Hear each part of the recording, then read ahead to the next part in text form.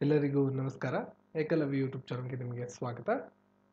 November 27ರ ಕೆಲವು ಪ್ರಚಲಿತ ವಿದ್ಯಮಾನಗಳನ್ನು ಈ ವಿಡಿಯೋದಲ್ಲಿ ನಿಮಗೆ ತಿಳಿಸ್ಕೊಡ್ತೀನಿ. ಸೊ PDF ಹಾಗೂ ಇನ್ನುಳಿದಂಥ ಮಾಹಿತಿಯನ್ನು ಪಡೆಯೋದಕ್ಕೆ ಈ ವಿಡಿಯೋದ ಡಿಸ್ಕ್ರಿಪ್ಷನ್ ನೀವು ಚೆಕ್ ಮಾಡ್ಬೋದು. ನಮ್ಮ ಬ್ಲಾಗರ್ ಅಪ್ಲಿಕೇಶನನ್ನು ಕರುನಾಡು ಏಕಲವ್ಯ ಬ್ಲಾಗರ್ನ ನೀವೇನಾದ್ರು ಡೌನ್ಲೋಡ್ ಮಾಡ್ಕೋಬೇಕು ಅಪ್ಲಿಕೇಶನ್ ಅಂದರೆ ಈ ವಿಡಿಯೋದ ಡಿಸ್ಕ್ರಿಪ್ಷನಲ್ಲಿ ಆ್ಯಪ್ ಲಿಂಕ್ ಇದೆ, ಡೌನ್ಲೋಡ್ ಮಾಡ್ಕೊಳ್ಳಿ. ಅದರಲ್ಲಿ online quiz, current affairs, PDF ಎಲ್ಲ ಕೂಡ ನಿಮಗೆ ಉಚಿತವಾಗಿ ಸಿಗುತ್ತೆ. ಸೊ ಈಗಲೇ ಹೋಗಿ ಡಿಸ್ಕ್ರಿಪ್ಷನ್ನ ಚೆಕ್ ಮಾಡಿ ವಿಡಿಯೋ ಮುಗಿದ ತಕ್ಷಣ ನೀವು ಡೌನ್ಲೋಡ್ ಮಾಡ್ಕೋಬೋದು. ಬನ್ನಿ ಹಾಗಿದ್ರೆ ಕೆಲವು ಪ್ರಮುಖ ಪ್ರಚಲಿತ ವಿದ್ಯಮಾನಗಳನ್ನ ನೋಡ್ತಾ ಹೋಗೋಣ. ನಿರ್ಮಾಪಕಿಯಾದಂತಹ ಚಿತ್ರ ನಿರ್ಮಾಪಕಿ ನಂದಿತಾ ದಾಸ್ ಅವರಿಗೆ FAPAF ಪುರಸ್ಕಾರ ಸಿಗ್ತಾ ಇದೆ. FAPFA ಒಂದು ಉತ್ಕೃಷ್ಟವಾದಂಥ ಪುರಸ್ಕಾರ ಆಗಿದೆ. International federation of film production association ಅಂತ ಇದರ ಪೂರ್ಣವಾದಂಥ ಹೆಸರು. ಬ್ರಿಸ್ಬೇನ್ನಲ್ಲಿ 29ನೇ ನವೆಂಬರ್ನಂದು ನಡೀತಕ್ಕಂಥ 12ನೇ ಏಷ್ಯಾ ಪೆಸಿಫಿಕ್ ಸ್ಕ್ರೀನ್ಸ್ ಅವಾರ್ಡ್ನಲ್ಲಿ ಈ ಪುರಸ್ಕಾರವನ್ನು ನಂದಿತಾ ದಾಸ್ ಅವರಿಗೆ ನೀಡಲಾಗುತ್ತದೆ. ಏಷ್ಯಾ ಪೆಸಿಫಿಕ್ ಪ್ರದೇಶದಲ್ಲಿ ಚಲನಚಿತ್ರದಲ್ಲಿ ಸಾಧನೆ ಮಾಡಿದಂಥವ್ರಿಗೆ ಗುರುತಿಸಿ ನೀಡತಕ್ಕಂಥ ಪುರಸ್ಕಾರ ಇದಾಗಿರ್ತದೆ. ಬ್ರಹ್ಮಪುತ್ರ ವ್ಯಾಲಿ ಫಿಲ್ಮ್ ಫೆಸ್ಟಿವಲ್ ಅಸ್ಸಾಮಲ್ಲಿ ನಡೀತದೆ. ಬ್ರಹ್ಮಪುತ್ರ ಕಣಿವೆ ಫಿಲ್ಮ್ ಫೆಸ್ಟಿವಲ್ 6ನೇ ಆವೃತ್ತಿ ಅಸ್ಸಾಂನಲ್ಲಿ 28 ನವೆಂಬರ್ರಂದು ನಡೀತದೆ, ಪ್ರಾರಂಭವಾಗುತ್ತದೆ. ಭಾರತದ ಈಶಾನ್ಯ ಪ್ರದೇಶದ ಸಿನಿಮಾಗಳನ್ನು ಉತ್ತೇಜಿಸುವುದು ಈ ಒಂದು ಆಚರಣೆಯ ಪ್ರಮುಖ ಗುರಿಯಾಗಿದೆ. ಚಿತ್ರೋತ್ಸವದ ಪ್ರಾರಂಭದಲ್ಲಿ ಸ್ಟ್ರಿಂಗ್ ಥಂಡರ್ ಅನ್ನೋ ಒಂದು ಚಿತ್ರದ ಮೂಲಕ ಪ್ರಾರಂಭವಾಗುತ್ತದೆ ಮತ್ತು ಅಸ್ಸಾಮಿ ಚಲನಚಿತ್ರವಾದ ಬರ್ನೋಡಿ ಭೋಟಿಯಾ ಅನ್ನೋ ಚಿತ್ರದ ಮೂಲಕ ಸಮಾರಂಭದ ಮೂಲಕ ಈ ಒಂದು ಕಾರ್ಯಕ್ರಮ ಕೊನೆಗೊಳ್ಳುತ್ತೆ. ಊಬರ್ ಈಟ್ಸ್ಗೆ ನಟಿಯ ಆಲಿಯಾ ಭಟ್ ನೂತನ ಬ್ರ್ಯಾಂಡ್ ಅಂಬಾಸಡರ್ ಆಗಿ ಆಯ್ಕೆಯಾಗಿದ್ದಾರೆ. ಪ್ರತಿಷ್ಠಿತ ಕಂಪನಿಗಳಲ್ಲಿ ಒಂದಾದಂಥ ಊಬರ್ ಈಟ್ಸ್ ಜಾಗತಿಕವಾಗಿ ಈ ಕಂಪನಿಯ ಬ್ರ್ಯಾಂಡ್ ಅಂಬಾಸಡರ್ ಆಗಿ ನೇಮಕಗೊಂಡಂಥ ಮೊದಲ ದೇಶ ಭಾರತವಾಗಿದೆ. ಆ್ಯಂಡ್ ಭಾರತದ ಮೊದಲ ರಾಯಭಾರಿಯಾಗಿ ಆಲಿಯಾ ಭಟ್, ಬಾಲಿವುಡ್ನ ಖ್ಯಾತ ನಟಿ, ಬ್ರ್ಯಾಂಡ್ ಅಂಬಾಸಡರ್ ಆಗಿ ಆಯ್ಕೆಯಾಗಿದ್ದಾರೆ. ಊಬರ್ ಈಟ್ಸ್ ಒಂದು ಆಹಾರ ವಿತರಣಾ ಸಂಸ್ಥೆಯಾಗಿದೆ. ಮೇ 2017ರಂದು ಇದು ಭಾರತದಲ್ಲಿ ಪ್ರಾರಂಭವಾಯಿತು. ಪ್ರಸ್ತುತವಾಗಿ 37 ನಗರಗಳಲ್ಲಿ ತನ್ನ ಆಹಾರ ವಿತರಣಾ ಸೇವಾ ಕೇಂದ್ರವನ್ನು ಇದು ಹೊಂದಿದೆ. ಮಾನವ ಸಂಪನ್ಮೂಲ ಅಭಿವೃದ್ಧಿ ಸಚಿವಾಲಯದ ಇನೋವೇಷನ್ ಸೆಲ್ ಅಡಿಯಲ್ಲಿ ಬರ್ತಕ್ಕಂಥ ಇನ್ಸ್ಟಿಟ್ಯೂಷನ್ ಇನೋವೇಷನ್ ಕೌನ್ಸಿಲ್ IIC ಅಂತ ಕರಿತೀವಿ. ಈ ಒಂದು ಕಾರ್ಯಕ್ರಮ ನವದೆಹಲಿಯಲ್ಲಿ ಪ್ರಾರಂಭವಾಗಿದೆ. ಯುವ ವಿದ್ಯಾರ್ಥಿಗಳನ್ನು ಪ್ರೋತ್ಸಾಹಿಸುವುದು, ಉತ್ತೇಜಿಸುವುದು ಮತ್ತು ಪೋಷಣೆ ಮಾಡುವುದು ಈ ಒಂದು ಕಾರ್ಯಕ್ರಮದ ಪ್ರಮುಖ ಉದ್ದೇಶವಾಗಿದೆ.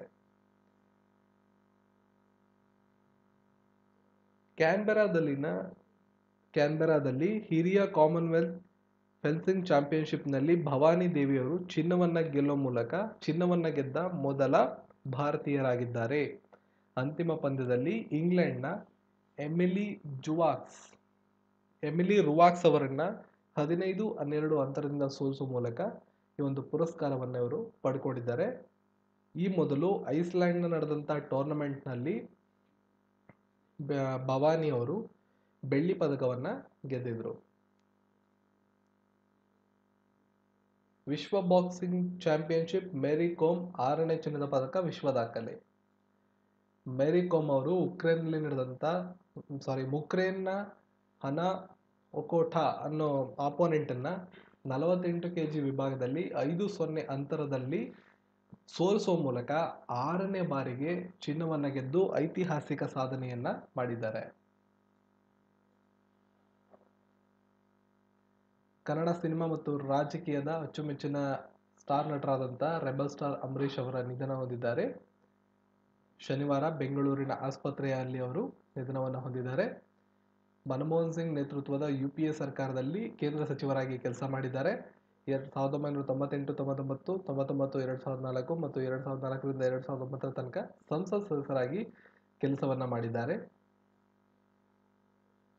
ಜೊತೆಗೆ 2006ರಿಂದ 2008ರವರೆಗೆ ಮಾಹಿತಿ ಮತ್ತು ಪ್ರಸಾರ ಸಚಿವಾಲಯದ ರಾಜ್ಯ ಸಚಿವರಾಗಿ ಕೂಡ ಅವರು ಕೆಲಸವನ್ನ ಮಾಡಿದ್ದಾರೆ. ಬಗ್ಗೆ ಬಹಳಷ್ಟು ಮಾಹಿತಿ ಇದೆ. ಮುಂದಿನ ವಿಚಾರಕ್ಕೆ ನಾವು ಹೋಗೋದಾದ್ರೆ, ಕರ್ನಾಟಕದ ಮುಖ್ಯಮಂತ್ರಿಯವರು ಬಡವರ ಬಂಧು ಯೋಜನೆಯನ್ನು ಪ್ರಾರಂಭ ಮಾಡಿದ್ದಾರೆ. ಕರ್ನಾಟಕದ ಮುಖ್ಯಮಂತ್ರಿಗಳಾದಂತಹ HD ಕುಮಾರಸ್ವಾಮಿ ಅವರು ಯಶವಂತಪುರದಲ್ಲಿ AMPC ಮಾರುಕಟ್ಟೆಯಲ್ಲಿ ಬೀದಿ ಮಾರಾಟಗಾರರಿಗೆ ಮತ್ತು ಸಣ್ಣ ವ್ಯಾಪಾರಿಗಳಿಗೆ ಅನುಕೂಲವಾಗಲಿ ಅಂತ ಹೇಳಿ ಬಡ್ಡಿ ರಹಿತ ಸಾಲವನ್ನು ನೀಡುವ ಮೊಬೈಲ್ ಬ್ಯಾಂಕ್ ಅನ್ನ ಪ್ರಾರಂಭ ಮಾಡಿದ್ದಾರೆ. ಮೊಬೈಲ್ ಬ್ಯಾಂಕ್ ಯೋಜನೆಯನ್ನ ಬಡವರ ಬಂಧು ಅಂದ್ರೆ ಬಡವರ ಸ್ನೇಹಿತ ಅಂತ ಕರೆಯಲಾಗಿದೆ, ನಾಮಕರಣ ಮಾಡಲಾಗಿದೆ. ಈ ವರ್ಷದ ಬಜೆಟ್ನಲ್ಲಿ ಯೋಜನೆಯನ್ನ ಘೋಷಣೆ ಮಾಡಲಾಗಿತ್ತು. ಬಡ ವ್ಯಾಪಾರಗಾರರು ಅವ್ರನ್ನ ಮೇಲೆ ತರುವ ಒಂದು ಉದ್ದೇಶದಿಂದ ಯೋಜನೆಯನ್ನ ಪ್ರಾರಂಭ ಮಾಡಲಾಗಿದೆ. ಯೋಜನೆ ಅಡಿಯಲ್ಲಿ ಸಣ್ಣ ವ್ಯಾಪಾರಿಗಳು ಯಾವುದೇ ಬಡ್ಡಿ ಅಥವಾ ಯಾವುದೇ ಆಧಾರ ಇಲ್ಲದೆ 10,000 ರೂಪಾಯಿವರೆಗೆ ಸಾಲವನ್ನ ಪಡೆದುಕೊಳ್ಳಬಹುದು. ಫಲಾನುಭವಿಗಳಿಗೆ ಸಾಲವನ್ನು ಮರುಪಾವತಿ ಮಾಡುವ ವಿಧಾನ ಪ್ರತಿದಿನ ದೈನಂದಿನ ಕಂತುಗಳಲ್ಲಿ ಕಟ್ಟಬಹುದು ಅಥವಾ 3 ತಿಂಗಳೊಳಗೆ ಏಕಕಾಲದಲ್ಲಿ ಒಂದು ಒನ್ ಟೈಮ್ ಪೇಮೆಂಟ್ ಅನ್ನು ಕೂಡ ಮಾಡಬಹುದು. ನಿಗದಿತ ಸಮಯದೊಳಗೆ ಪಡೆದಂತ ಸಾಲವನ್ನ ಮರುಪಾವತಿ ಮಾಡಿದರೆ ತದನಂತರ 15,000 ರೂಪಾಯಿಯಾಗಿ ಹೊಸ ಸಾಲಕ್ಕೆ ಅವರು ಅರ್ಹರಾಗ್ತಾರೆ. ಇದು ಬಡವರ ಒಂದು ಯೋಜನೆಯ ಸ್ಮಾಲ್ ಇನ್ಫಾರ್ಮೇಶನ್. ಇದ್ರ ಬಗ್ಗೆ ಇನ್ನೂ ಹೆಚ್ಚಿನ ಮಾಹಿತಿಯನ್ನು ನೀವು ಸಂಗ್ರಹ ಮಾಡಬಹುದು. ಸೌತ್ ಈಸ್ಟರ್ನ್ ರೈಲ್ವೇಸ್ 41ನೇ ಅಖಿಲ ಭಾರತ ರೈಲ್ವೆ ಸೇತುವೆ ಚಾಂಪಿಯನ್ಶಿಪ್ ಅನ್ನ ಗೆದ್ದುಕೊಂಡಿದೆ.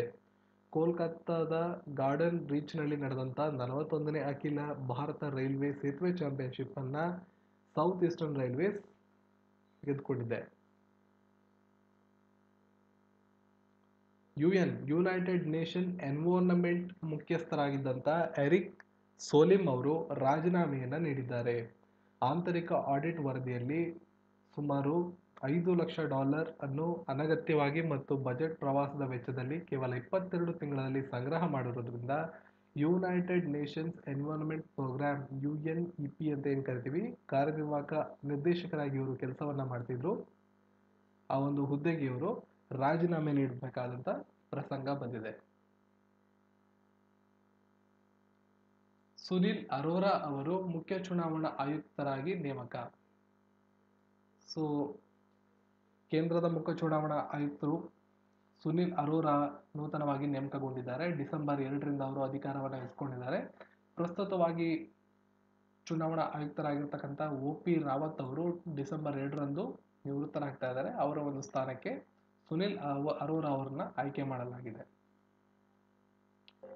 ಅರೋರಾ ಅವರ ಬಗ್ಗೆ ನಾವು ಒಂದಿಷ್ಟು ಮಾಹಿತಿಯನ್ನು ತಿಳ್ಕೊಳ್ಳೋದಾದ್ರೆ, ಇವರು ಮಾಹಿತಿ ಮತ್ತು ಪ್ರಸಾರ ಕಾರ್ಯದರ್ಶಿಯಾಗಿ ಇಲಾಖೆಯಲ್ಲಿ ಕಾರ್ಯದರ್ಶಿಯಾಗಿ, ಕೌಶಲ್ಯ ಅಭಿವೃದ್ಧಿ ಇಲಾಖೆ ಮತ್ತು ಉದ್ಯಮಶೀಲತೆಯಲ್ಲಿ ಸಚಿವಾಲಯದಲ್ಲಿ ಕಾರ್ಯದರ್ಶಿಯಾಗಿ ಕೆಲಸವನ್ನ ಮಾಡಿದ್ದಾರೆ. ಜೊತೆಗೆ